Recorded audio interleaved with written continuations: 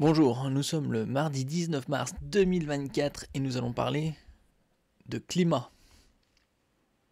Eh oui, les indicateurs du changement climatique dans le rouge après une année de chaleur record alertent l'ONU. Changement climatique, mais de quelle origine? Certains disent que c'est anthropique, il y en a d'autres qui disent que c'est des pics fluctuants. Oui, il y a déjà eu des pics de chaleur et des périodes dans l'histoire de l'humanité bien pires que celles qu'on connaît aujourd'hui. L'année 2023 est de loin l'année la plus chaude jamais recensée jusqu'à la prochaine année, parce que ça fait déjà quand même depuis 2016, hein, chaque année, c'est l'année la plus chaude jamais enregistrée. Recensée, et l'Organisation mondiale de la météorologie rapporte que les records de température ne sont pas les seuls à avoir été battus, voire pulvérisés. Quel langage. L'organisme onusien, maintenant c'est l'ONU, hein, après le GIEC, publie ce mardi 19 mars son rapport annuel, l'état du climat mondial, qui donne un sens nouveau et alarmant à l'expression hors norme. Et qu'est-ce que la norme? Malgré une lueur d'espoir. Il faut dire que les mesures météorologiques concernant les températures au niveau de la mer datent de 120-150 ans, hein, voire 200 ans.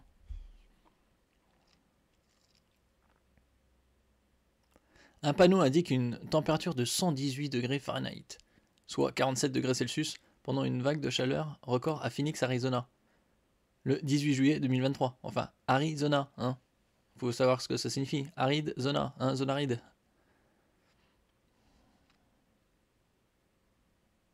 CO2, N2O, CH4.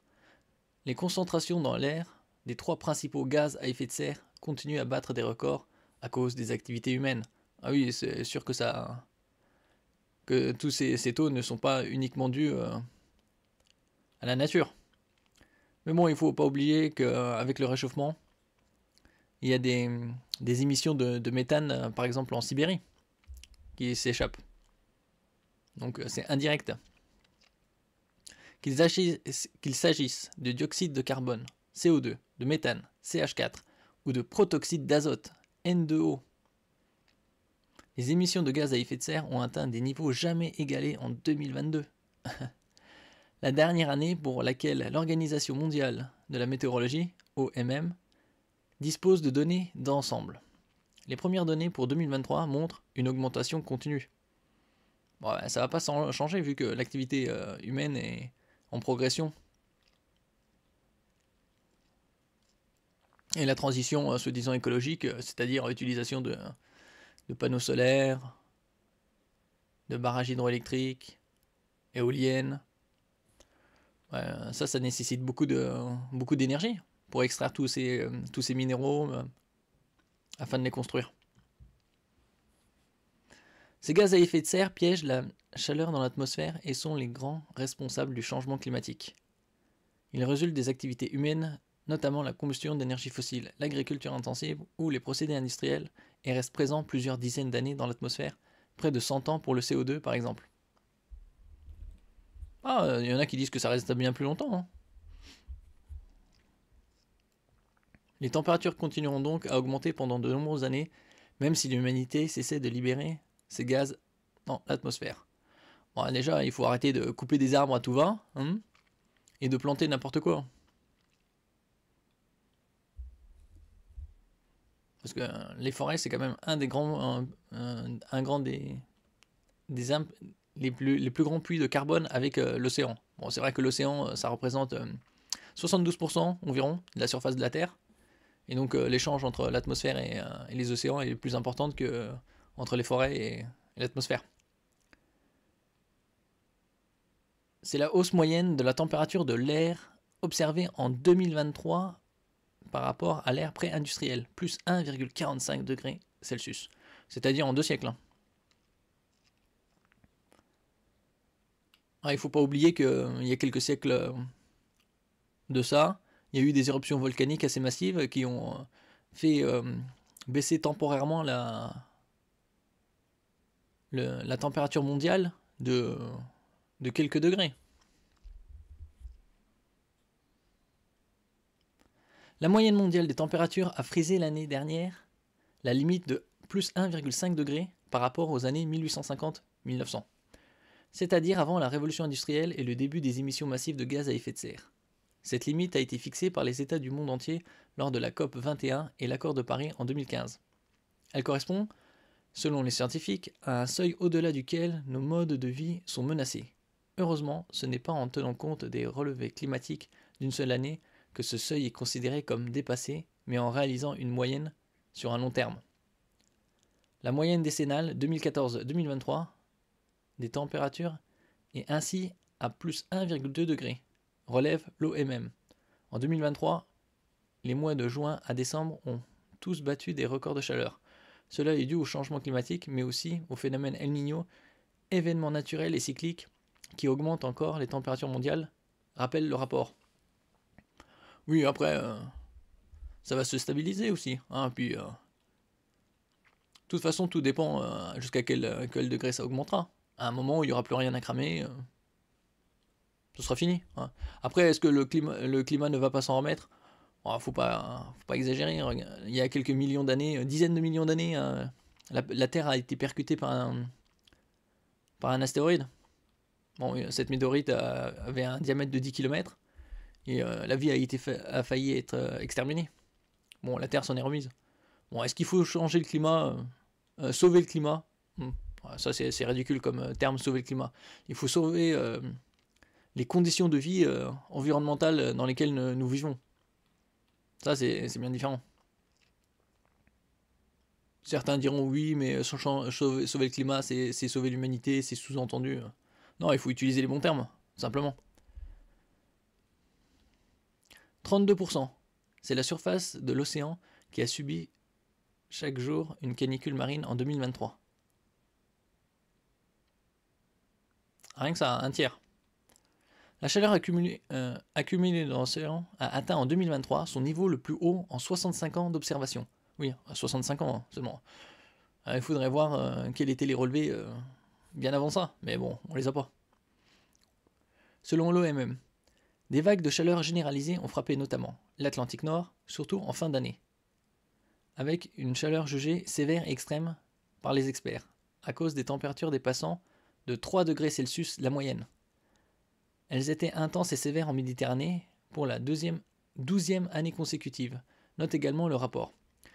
Vu l'immense masse d'eau que les océans représentent, les réchauffer prend beaucoup de temps, mais les refroidir aussi. Ainsi, même si les émissions de gaz à effet de serre s'arrêtaient immédiatement, il mettrait des siècles, voire des millénaires à refroidir, alerte l'OMM. Ouais, je suis quand même sceptique. Hein. Millénaire, c'est quand même mastoc. Des siècles, pourquoi pas. Faut voir surtout que la chaleur des océans c'est constamment maintenue avec l'activité du soleil et une partie de l'activité humaine. Les conséquences sont l'augmentation du niveau des mers ainsi qu'une faune et une flore perturbées ou fragilisées avec des répercussions pour les populations qui vivent sur les côtes et de la pêche.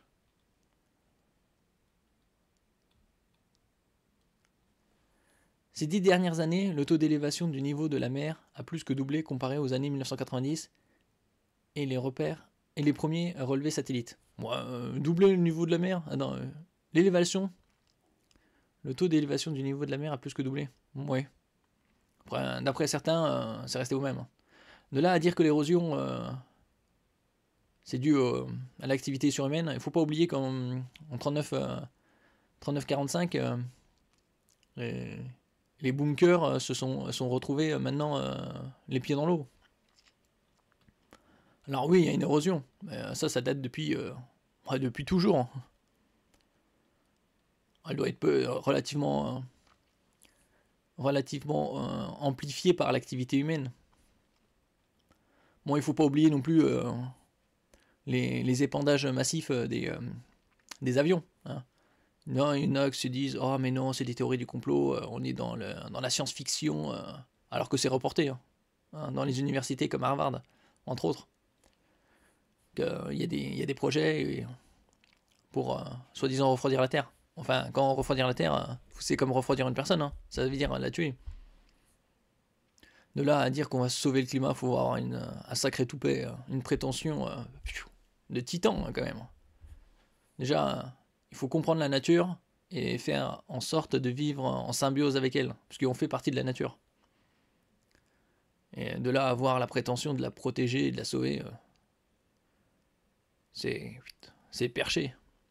L'année dernière, le niveau des mers et des océans n'a jamais autant grimpé depuis le début des relevés satellites en 1993. Cependant, de juillet à septembre 2023, la signature d'El Niño dans cette hausse est clairement visible. Pour connaître l'effet du changement climatique, il convient donc de regarder les tendances de long terme. Ainsi, le taux d'augmentation du niveau des mers est passé de 2,13 mm par an durant la décennie 1990 à 4,77 mm ces 10 dernières années. 4,70 mm, hein, c'est pas 4,7 cm ou 47 cm, hein, c'est 4,77 mm. C'est-à-dire un demi-centimètre. Ouais, je dis ça, c'est des fluctuations. Hein.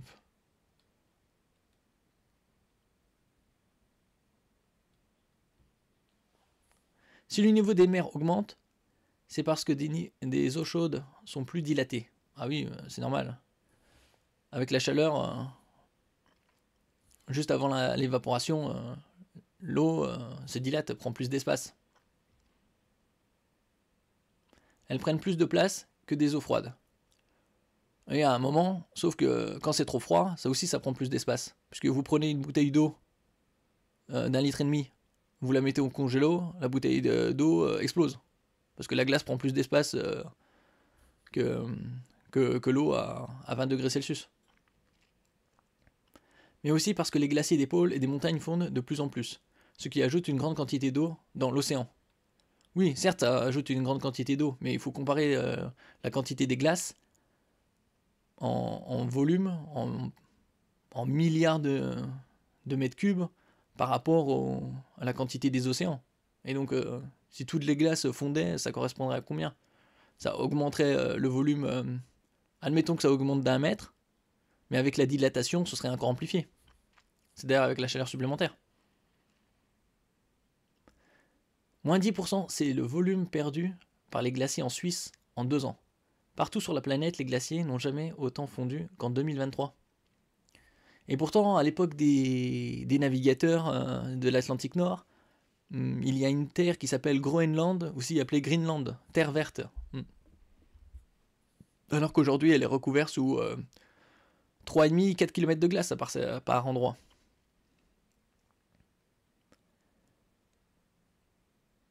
Les premières données montrent que dans le monde, les glaciers ont perdu en moyenne l'équivalent d'1,2 m d'épaisseur de glace en 2023 selon l'OMM.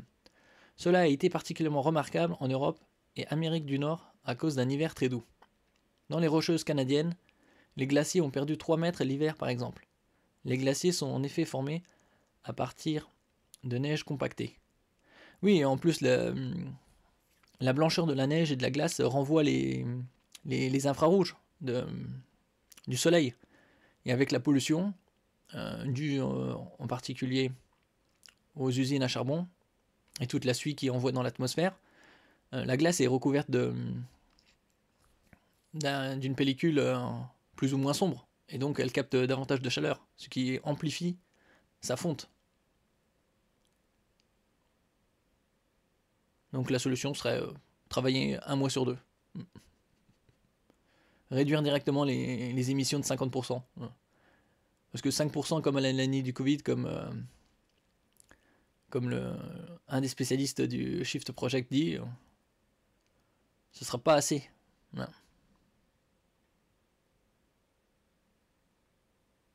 Or, il neige de moins en moins. Sur le continent nord-américain, le manteau neigeux était de 7,47 millions de kilomètres carrés en mai 2023, soit 1,57 million de kilomètres carrés de moins que la moyenne. 7,47 millions de kilomètres carrés, ça correspond à peu près à la superficie de l'Australie. C'est autant d'eau douce qui n'est plus disponible pour les populations et les écosystèmes. 333 millions. Bon, là, ils ont été cherchés, ils ont triple 3 là. C'est le nombre de personnes en insécurité alimentaire aiguë en 2023, un chiffre qui a plus que doublé comparé à avant la pandémie de Covid-19. Bon, ça, c'est des estimations. Hein. Dans les années 70, il parlait déjà qu'il y avait environ 800 millions de personnes qui souffraient de malnutrition. Alors que là, on est encore à 800, 900, voire à 1 milliard. Mais bon, il y a 50 ans, on était environ 2 fois moins nombreux. L'ensemble de ces données scientifiques se traduisent par des événements météorologiques extrêmes en 2023, dont l'OMM fait la triste liste. Dans la Corne de l'Afrique, c'est-à-dire à l'est du continent africain, les inondations, après des années de sécheresse, ont entraîné le déplacement de 1,8 million de personnes. En Libye, elles ont coûté la vie à environ 10 000 personnes. L'ouragan Otis a frappé la station balnéaire mexicaine d'Acapulco, engendrant des pertes économiques estimées à environ 15 milliards de dollars. Des vagues de chaleur extrême ont déferlé sur de nombreuses régions du monde, avec les canicules les plus importantes en Europe et en Afrique du Nord. 50,4 degrés Celsius relevés à Agadir, au Maroc par exemple. Les sécheresses se multiplient également, provoquant la perte de récoltes et le manque d'eau en Espagne, en Uruguay ou en Argentine. La saison des incendies au Canada a également été la pire jamais enregistrée, avec près de 15 millions d'hectares de forêt partis en fumée. Sachant que 1 km² c'est 100 hectares, ça fait donc 150 000 km², ce qui correspond à peu près 30% de la France. Ces catastrophes coûtent cher en vie humaine, elles dévastent les économies associées à d'autres crises, comme les conflits locaux ou les guerres. Elles aggravent les problèmes de sécurité alimentaire, les déplacements de population et les répercussions sur les populations vulnérables, explique Omar Badour, responsable du suivi du climat mondial à l'OMM. Oui, mais tout va aller de mal en pire, et de pire en pire. 510 gigawatts. C'est la capacité record de production d'énergie renouvelable dans le monde. Une hausse de 50% par rapport à 2022. Oui, il faut augmenter la production, la conversion plutôt, des énergies en énergie soi-disant renouvelable. Mais il ne faut pas oublier que la construction d'un barrage, ça nécessite des millions et des millions, peut-être pas un barrage, mais tous les barrages, beaucoup de barrages, ça nécessite des millions de tonnes de sable et d'eau. Les éoliennes, ça nécessite le bloc nécessite au moins 1000 tonnes, plusieurs tonnes d'acier, donc voilà. Plus on va accélérer pendant la transition, plus on va s'enfoncer, parce qu'il faut obligatoirement exploiter d'autant plus les ressources de la Terre. Et comment on les exploite? En utilisant des énergies fossiles, charbon, lignite, pétrole. Donc finalement, à chercher à vouloir sauver la planète, ce sera le cercueil. Il y a une lueur d'espoir, note Omar Badour. La production d'énergie renouvelable, solaire, éolien, hydrique, a été propulsée au premier plan de l'action climatique. Une transition énergétique est déjà en cours à l'échelle mondiale, estime-t-il, et, chose très positive, les technologies deviennent moins chères et accessibles à tout le monde. Il y a déjà des pays qui ont franchi les 40% d'énergie renouvelable dans leur production d'électricité. Oui, enfin certains pays, ça doit être des micro-pays ou des pays comme on va dire la Suisse ou la Norvège qui ont beaucoup de montagnes. Toutefois, cela reste insuffisant pour une planète bas carbone. Ouais, déjà, il faut arrêter de la déforestation massive et cramer du bois, la biomasse, comme j'avais fait dans une vidéo précédente. Raser des forêts pour planter des eucalyptus et asperger de glyphosate pour que rien ne pousse d'autre. Ouais, c'est pas du gros foutage de gueule. Ça, c'est du green business, tout ça, c'est pour la thune. Quant au financement en faveur de l'action climatique, ils ont atteint 1300 milliards de dollars en 2021-2022, soit presque le double de l'année précédente, selon le rapport. Mais là encore, cela reste largement insuffisant. Ils ne représentent que 1% du PIB mondial. Les besoins sont de 9 000 milliards de dollars chaque année d'ici 2030 et 10 000 milliards de dollars jusqu'en 2050 pour un monde à 1,5 degré Celsius. Sauf que déjà 1,5 degré Celsius, c'est déjà râpé. Donc là, on vise les deux et c'est sur le point d'être foutu aussi. Donc le mieux, ce serait arrêter. Arrêter de chercher à soi-disant sauver le climat ou quoi que ce soit. réduire la voilure et produire pour que ça dure. Et pas chercher, oui, mais nos produits sont recyclés. Oui, sauf que le recyclage nécessite de l'énergie colossale, plus que pour la fabrication d'un produit neuf. Donc au lieu de chercher de faire du recyclage comme si c'était la solution magique, que les sociétés produisent des produits de qualité, comme à l'époque, pour équiper les foyers. Ne rien faire coûterait encore plus cher, préviennent les scientifiques. Ah non, justement, ne rien faire, c'est arrêter tout. Hein, on arrête tout. Donc, ne rien faire, c'est à l'opposé de faire quelque chose, comme continuer sur la voie où on est. Bon. Vous pouvez mettre vos commentaires dans la section. N'oubliez pas de mettre un j'aime, de partager et de vous abonner à la chaîne. À la prochaine fois.